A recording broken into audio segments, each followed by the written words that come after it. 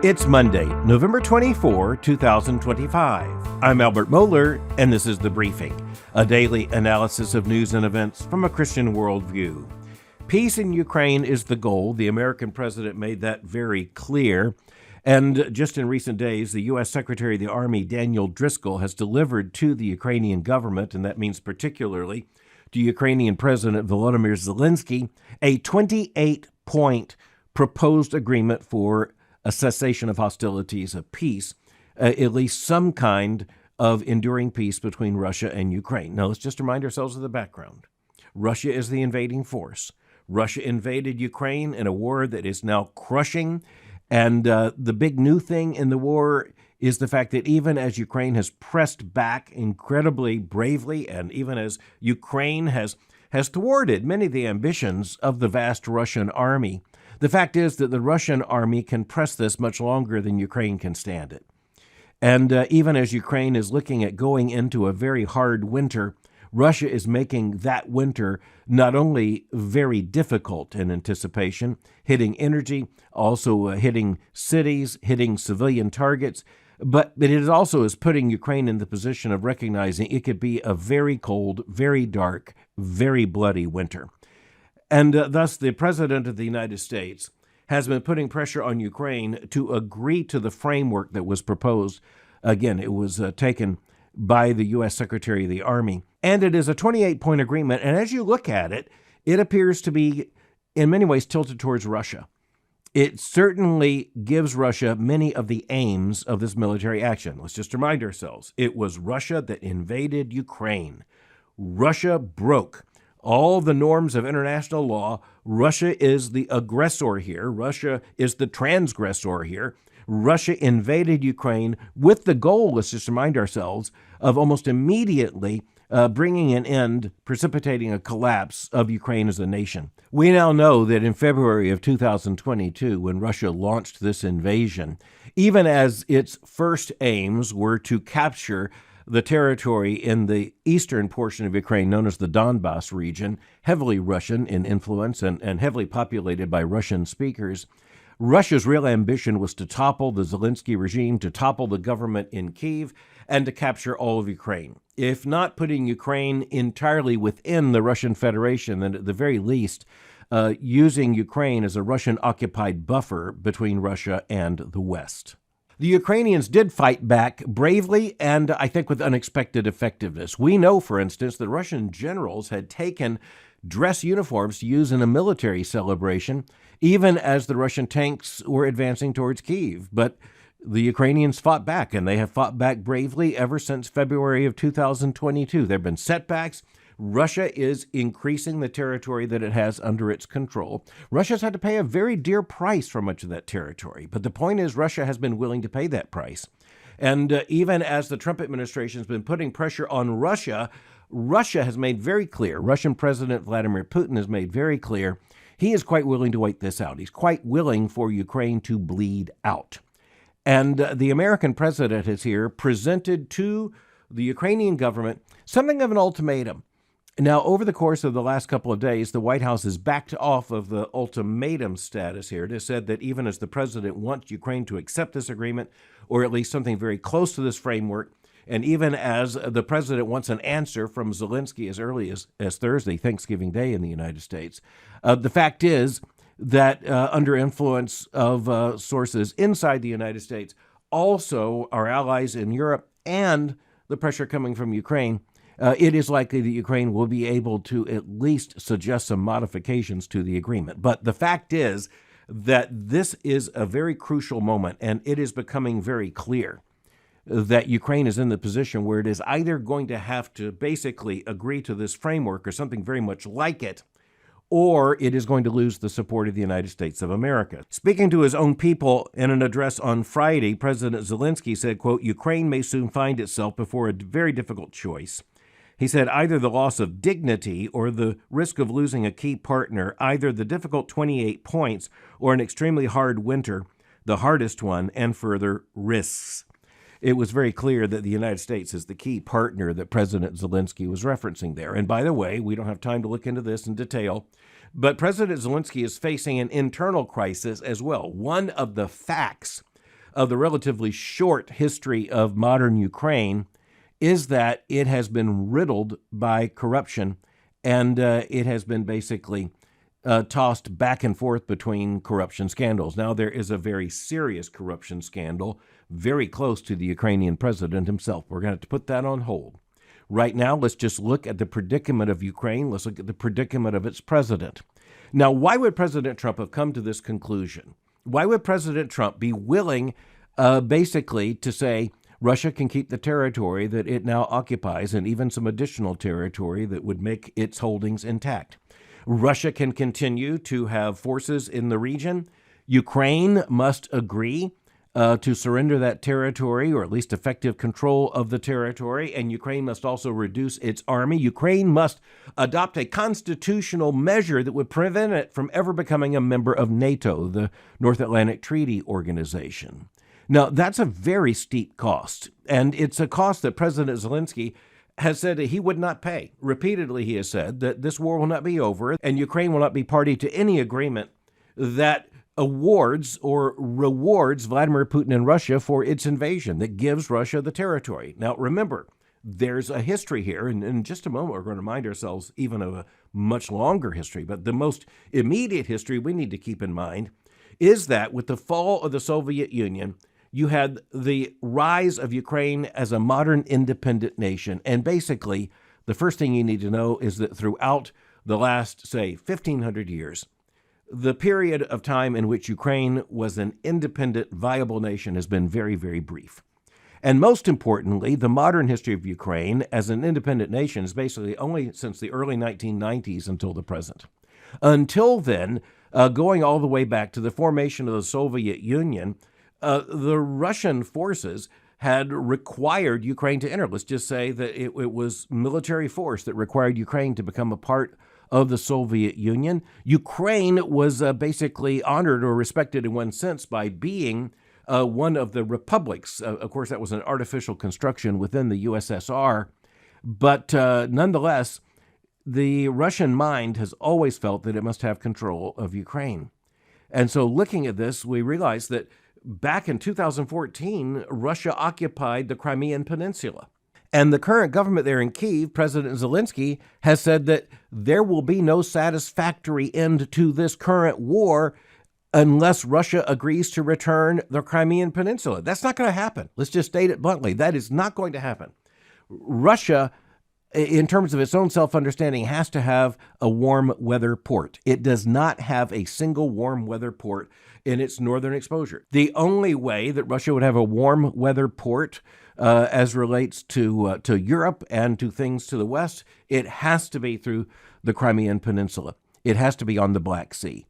And just even in recent weeks, my wife and I and others have been right there in that area, and we have seen the Russian ships going in and out. There's no way Russia is ever going to surrender that territory. As a matter of fact, going all the way back to the end of the Soviet Union, it's important for us to recognize that many of the friends of liberty at that time in the Soviet Union, later that became the Russian Federation, they did not believe at the time that Ukraine should be an independent nation, separate from Mother Russia. We'll go back to that history. But the thing we need to recognize is that it is absolutely implausible that Russia is going to surrender that territory, the Crimean Peninsula. That's explained by its military, it's explained by its political will, it's explained by its overwhelming power, and as we shall see, it's explained by its history. Similarly, when it comes to these eastern regions of the Donbass, the thing you need to recognize, eastern regions of Ukraine, that Russia has always felt itself extremely vulnerable to invasion from the West, and Ukraine is the only buffer between the West and Russia. And thus, Russia has for centuries believed that it must have effective control of, if not sovereignty over, that region. And so you're looking at a very, very realistic assessment. I think President Trump is offering a realistic assessment. I think the American government has finally come to a realistic assessment, and that is that there is no rational argument. There's no plausible argument that, given its military situation, Ukraine is going to be able to dislocate all Russians from its claimed territory, even from what we would agree would be its territorial integrity. I think we must agree that morally it was wrong for Russia to take the Crimean Peninsula. It was wrong for it to take that by military action. It was a military action, but you'll notice no one in the West believed it was wrong enough that we were willing to go to war with Russia over it. Similarly, when it comes to the territory in the eastern regions of Ukraine, it is almost, well, let's just say, it is flatly impossible that Europe or the United States, regardless of all the language, is going to go to war for Ukraine against Russia over that territory. It's not going to happen. And so it is just a matter of honesty. This is in foreign policy referred to as realism. And I think it is congruent with a Christian worldview. That is not to say that we endorse the actions taken by Russia. No, to the contrary. These were illegal actions. These were immoral actions. These were aggressive actions. These were actions that violate the principles of just war theory. Nonetheless, realism reminds us that in a fallen, sinful world, bad people are going to do bad things. Bad actors are going to act badly. And powerful bad actors are going to act, with powerful evil. And they will also act in their own self-interest. And here's where realism also reminds us that what we should expect of every nation is that its calculation will be based on its own national self-interest. Now, as you look at different approaches to foreign policy, huge worldview issues here. This gets really interesting. You go back to the early 20th century, you look at the idealism of Woodrow Wilson, not well remembered in terms of American history or international history. His idealism was crushed by the realism of the situation after World War I. He could not even get his own Senate to ratify the Treaty of Versailles. And then, of course, you had the fact that fast on the heels of World War I came World War II, another form of necessary realism. Churchill and Roosevelt, two of the most clear-headed leaders at the time, understanding the nature of the threat. And then you also had, after that, the rise of the Cold War with the Soviet Union and its satellites representing a direct threat to the existence of Western civilization, the United States and our allies and our interests. And thus realism has required the United States to say, okay, we must act in our own national self-interest. Our national self-interest is linked to the self-interest of other nations. That means that it is linked so closely to the self-interest of other nations that we can create a bloc. We can create a treaty organization. That's NATO, the North Atlantic Treaty Organization, in which we will say that an attack upon one is an attack upon all. Notably, Ukraine is not in NATO. And remember that one of the points demanded by Russia is that formal action be taken such that Ukraine can never be a part of NATO.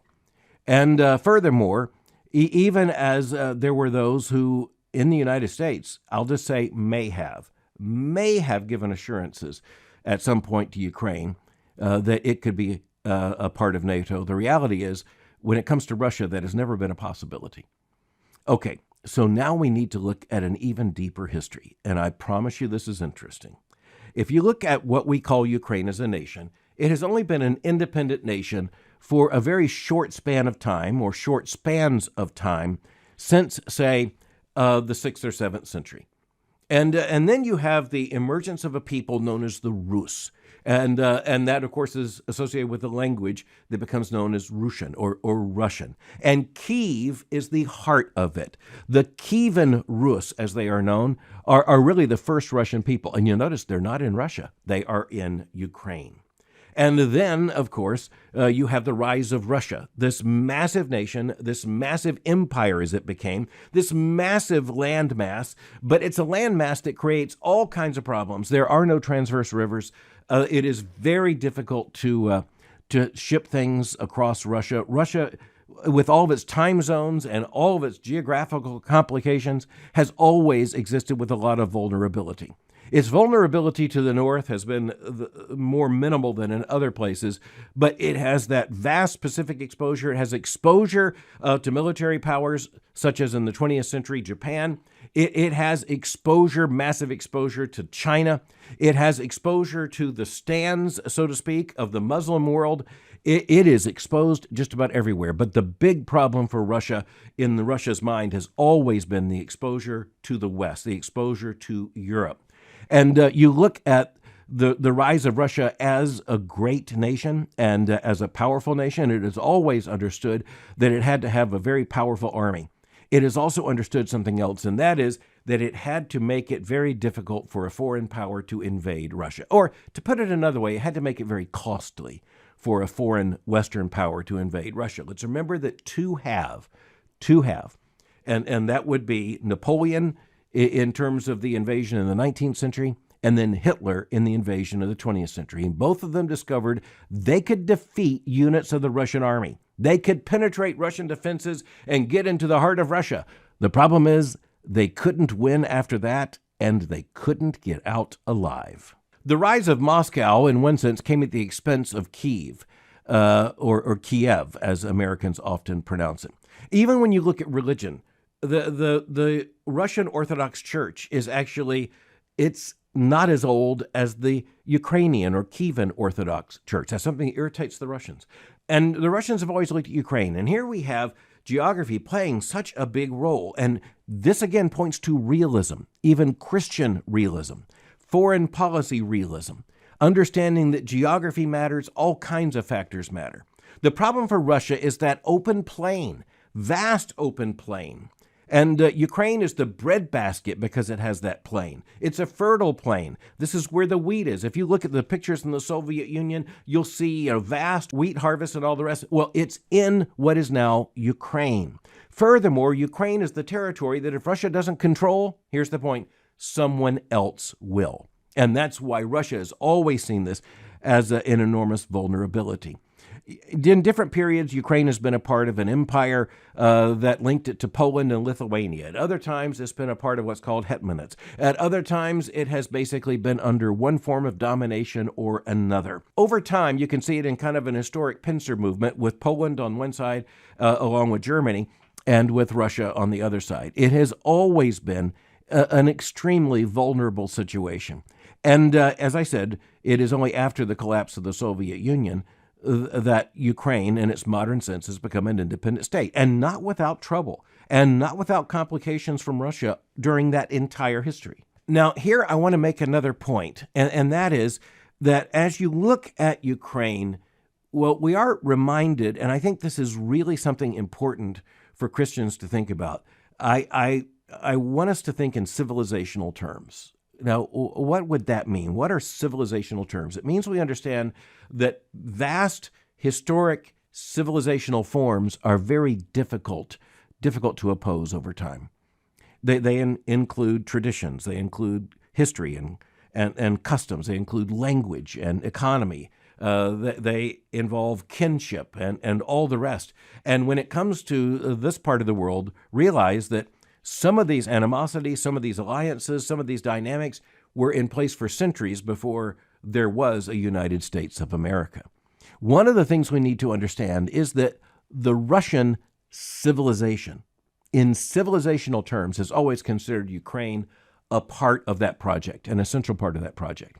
And I want to draw an analogy that might irritate some people. But when you think of how Russia thinks of Ukraine, you need to think in the 19th century about how the United States of America looked at Texas. And just think of that very contested history and just realize this. For the United States, the big issue was not that Texas had to be a part of the United States of America. The big issue for the United States is that Texas couldn't be a part of anything else. And that's a logic that I think applies as Russia looks at Ukraine. It's not, in one sense, that Ukraine has to be an integral part of Russia, although that would be the goal, just like we can't think of the United States without Texas. But the fact is, it's even more urgent that Ukraine not become a part of something else. And that's why the NATO identity, the NATO issue is front and center, and probably alone would explain at least some of the timing of Russia's military actions against Ukraine. Now, I want to be clear, again, that does not mean that Russia had a right to do this. It is to say that Russia doesn't really care. Russia is acting in what it sees as its own best interest, and it sees that best interest over a course of centuries. It's not really worried about any single American presidential administration. It's not really worried about any president or secretary of state. It's not really worried about Vladimir Zelensky over time. It is worried about Mother Russia and how it defines its borders. And about that, Russia has been fanatical for centuries. I'll admit I've been frustrated by seeing many NATO allies and others, many Europeans, speak of their willingness to support Ukraine basically to the last drop of Ukrainian blood. I don't see any moral purpose in that. I don't see any purpose in continued suffering on the part of the Ukrainian people. That is not to say, and here's one of the arguments, well, if you concede this territory, you're just rewarding Russia. Well, let me just state the obvious. Russia is going to be rewarded. Russia is going to get a good bit of what it demands, because there is no one on planet Earth who is actually willing to go to war for Ukraine against Russia in order to settle that issue in the Ukrainian favor. That includes the United States of America. That includes all the loudmouth European nations that are crying out about the wrongness of this kind of agreement. They are sacrificially supporting Ukraine with an awful lot of armament and economic support. They are not themselves bleeding out. Ukraine is. I will also tell you that in terms of this dynamic, you need to watch something. And as Christians watching these issues, you know there has been a foreign policy debate in the United States in recent years. President Trump has been very much a part of that, but he hasn't been alone. He's been the catalyst for some of this, but he hasn't been alone. There have been many people who have come to the conclusion that some of the foreign policy that had been very much associated with the Republican Party going back in recent decades was actually based upon a lack of realism, a lack of honesty, and a lack of great power dynamics that understood that Russia is not going to be deterred by Western arguments. It's only going to be deterred eventually by power. It has been very frustrating to me to see many people, and especially European leaders, just offer all these assurances that they're willing for Ukraine to continue to bleed out. And I think at this point, the president's urgency is not misplaced. I think he understands the moral urgency. This is not to say that the plan that was forwarded by the White House is or ought to be the final plan. Ukraine should have a say in this. Our allies should have a say in this. But I do believe at this point, President Zelensky's sense of resignation is not just about the fact that he's been put into a situation by the President of the United States demanding an answer. I think he has to know in his heart that time is running out for Ukraine to have many options. And so realism means that at times in foreign policy, all you can achieve is the least worst option. And I think the structure of what has been proposed here in the end, and frankly, almost at the beginning, is pretty much where any intelligent person knew this was going to have to end one way or another, unless NATO and the United States intend to go to war with Russia, which all honest people would have to say is simply not the case. And I think it should not be the case. It's a part of the frustration even of a power like the United States. And it's a frustration to those who love what is honorable and love what is good and love what is true, that sometimes those things get trounced by military power and by those who are driven by their own nationalistic ambitions. And that's exactly the case with Vladimir Putin in Russia. But countering that with military force is a different thing entirely. It is very difficult for us to accept that bad things happen in the world, but bad things do happen in the world, and at least one thing we can do for good is to try to make bad things less bad than they otherwise would be. That might not sound to be too lofty as an aspiration, but realism in foreign policy means at times that's exactly what you have to do. You have to go for the least bad option available and try to save as much life and as much dignity as possible. We have to come to a conclusion here, but I want to look at a statement that was made by President Zelensky of Ukraine in the context of the meeting of G20 leaders just recently. This was also reported over the weekend. President Zelensky said on Saturday, quote, "Right now, this is about much more than any points in any document.